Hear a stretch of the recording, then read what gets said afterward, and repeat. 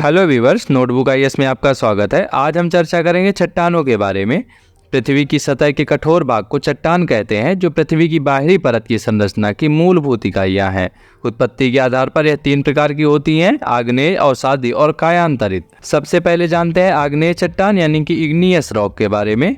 यह मैग्मा या लावा के जमने से बनती है, जैसे ग्रेनाइट, बेसाल्ट, पेग्माटाइट, डायरोटाइट, ग्रेबो आदि। आग्नेय चट्टान स्थूल परत रहित, कठोर संघनन एवं जीवाश्म रहित होती है। आर्थिक रूप से बहुत ही संपन्न चट्टान है। इसमें चुंबकीय लोहा, निकल, तांबा, सीसा, जस्ता, क्रोमाइट, मैग्नीज, सोना तथा प्लेटिनम पाए जाते हैं। बेसाल्ट में लोहे की मात्रा सर्वाधिक होती है। इस चट्टान में काली मिट्टी का निर्माण होता है।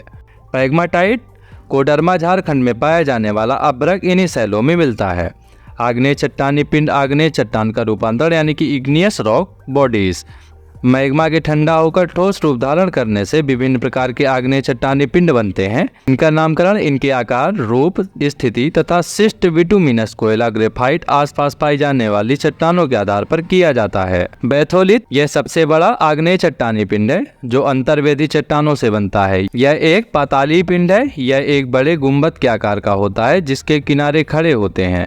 इसका ऊपरी तल विषम होता है। यह मूलतः ग्रेनाइट से बनता है। संयुक्त राज्य अमेरिका का इदाहो बैथोलिथ 40,000 वर्ग किलोमीटर से भी अधिक विस्तृत है। कनाडा का कोस्ट रेंज बैथोलिथ इदाहो से भी बड़ा है। स्टॉक छोटे आकार के बैथोलिथ को स्टॉक कहते हैं। इसका ऊपरी भाग गोलाकार गुंबद नुमा होता है। स्टॉक का विस्तार 100 वर्ग किलोमीटर से कम होता है। लेकोलिथ जब मैग्मा ऊपर की परत को जोर से ऊपर को उठाता है और गुंबदकार रूप में जम जाता है तो इसे लेकोलिथ कहते हैं।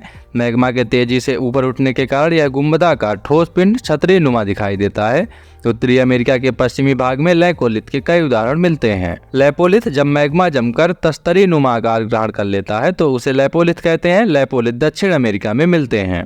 फैकोलिथ जब मैग्मा लहरदार आकृति में जमता है तो फैकोलिथ कहलाता है। सिल जब मैग्मा भूपृष्ठ के समानांतर परतों में फैलकर जमता है तो उसे सिल कहते हैं। इसकी मोटाई 1 मीटर से लेकर सैकड़ों मीटर तक होती है। छत्तीसगढ़ तथा झारखंड में सिल पाए जाते हैं। डाइक जब मैग्मा किसी लंबवत दरार में जमता है तो डाइक कहलाता है। झारखंड के हिंदभूम जिले में अनेक डाइक पाए जाते हैं। अब जानते हैं अवसादी चट्टान यानी कि सेडिमेंट्री रॉक्स के बारे में। प्रकृति के कारकों द्वारा निर्मित छोटी छोटी चट्टानें किसी बलुआ पत्थर स्थान पर जमा हो जाती हैं। सेल और बाद के काल में दबाव या रासायनिक प्रतिक्रिया या अन्य कारणों के द्वारा परत जैसी ठोस रूप में निर्मित हो जाती हैं। इन्हें ही अवसादी चट्टान कहते हैं, जैसे बलुआ पत्थर, चूना पत्थर, स्लेट, कांग्लोमरेट, नमक की चट्टान एवं सेलखरी आदि। अवसादी चट्टानें परतदार होती हैं। इनमें वनस्पति एवं जीव जंतुओं का विकास पाया जाता है। इन चट्टानों में लौह अयस्क, फास्फेट, कोयला एवं सीमेंट बनाने की चट्टान पाई जाती हैं। खनिज तेल अवसादी चट्टानों में पाया जाता है।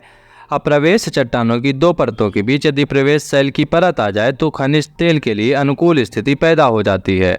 दामोदर, महानदी तथा गोदावरी नदी बेसिनों की अवसादी चट्टानों में कोयला पाया जाता है। आगरा का किला तथा दिल्ली का किला बलुआ पत्थर नामक अवसादी चट्टानों का बना हुआ है। अब नजर डालते हैं कायांतरित चट्टान यानी कि मेटामॉर्फिक रॉक्स पर।